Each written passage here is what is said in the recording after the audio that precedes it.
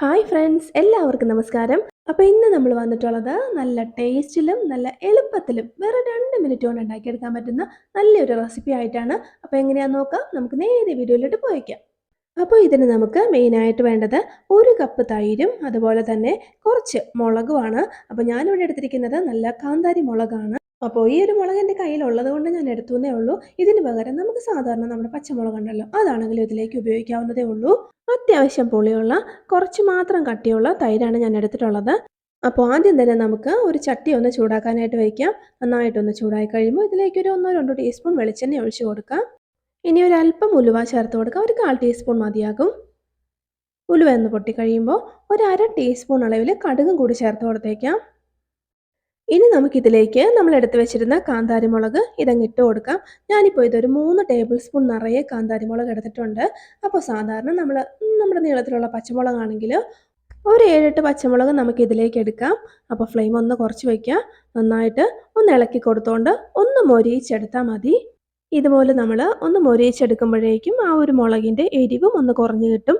മുളക് കുറച്ചൊന്ന് മൊരിഞ്ഞിട്ടുണ്ട്. ഇനി ഇതിലേക്ക് ഒരു ടീസ്പൂൺ ഇഞ്ചി ഒന്ന് ചെറുതായിട്ട് കട്ട് ചെയ്തതാണ് ഞാൻ ഇട്ട് കൊടുത്തത്.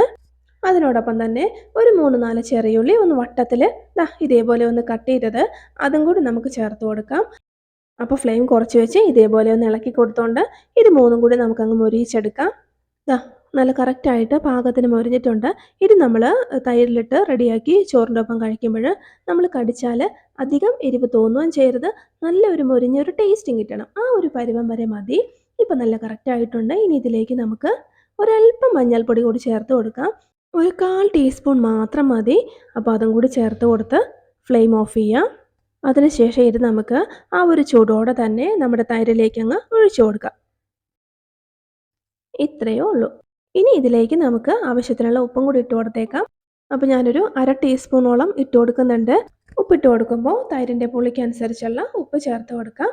അപ്പോൾ ഇതുപോലെ നമ്മൾ ഉണ്ടാക്കിയെടുക്കുമ്പോൾ കുറച്ചൊന്ന് കട്ടിയായ തൈരാണെങ്കിലും കുറച്ച് ലൂസായിട്ടുള്ള തൈരാണെങ്കിലും രണ്ടും നല്ല ടേസ്റ്റ് ആയിരിക്കും. അപ്പോൾ ചാറ് കറികളൊന്നും ഇല്ലാത്ത സാഹചര്യത്തിൽ പെട്ടെന്ന് നമുക്ക് ഒരു 2 മിനിറ്റ് കൊണ്ട് ഉണ്ടാക്കിയെടുക്കാൻ പറ്റുന്ന നല്ലൊരു ഒഴിച്ചു കറിയാണ്. ഇനി കറിയൊന്നും ഇല്ലെങ്കിലും ഇതുപോലെ ഒരു ഒഴിച്ചു കറി ഉണ്ടെങ്കിൽ അതിലെ ആ ഒരു മുളകും കൂട്ടി ചോറ് കഴിക്കാനായിട്ടും നല്ല ടേസ്റ്റാണ്.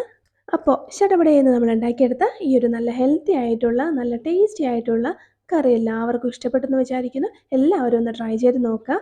വലിയ വലിയ കറികൾക്ക് മാത്രമേ സ്വാദുണ്ടാവുള്ളൂ എന്ന് പറയുന്നത് വെറുതെയാണ് കേട്ടോ. അപ്പോൾ ഇത്രയേ ഉള്ളൂ. നമ്മുടെ വീഡിയോ ഇഷ്ടപ്പെട്ടാൽ ഒന്ന് ലൈക്ക് ചെയ്യാനും ചാനൽ സബ്സ്ക്രൈബ് ചെയ്ത് സപ്പോർട്ട് ചെയ്യാനും മറക്കല്ലേ. അപ്പോൾ നമുക്ക് മറ്റൊരു നല്ല അടിപൊളി റെസിപ്പിയുമായി വീണ്ടും കാണാം.